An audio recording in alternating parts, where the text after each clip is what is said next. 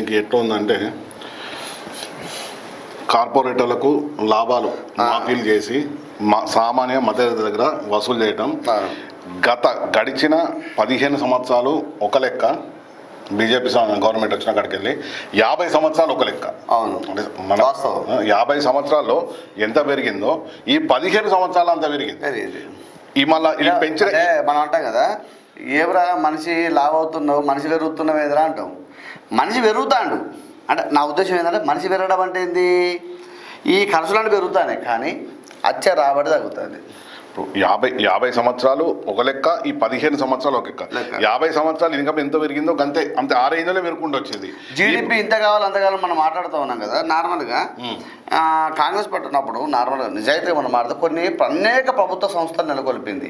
ఇలా బీజేపీ ప్రభుత్వం వచ్చినాక ఏ సంస్థలు నెలకొల్పింది ఒకసారి నాకు చెప్పండి. సంస్థలు నెలకొల్పడం కాదు, పెద్ద పెద్ద వాళ్లకు, వ్యాపారస్తులకు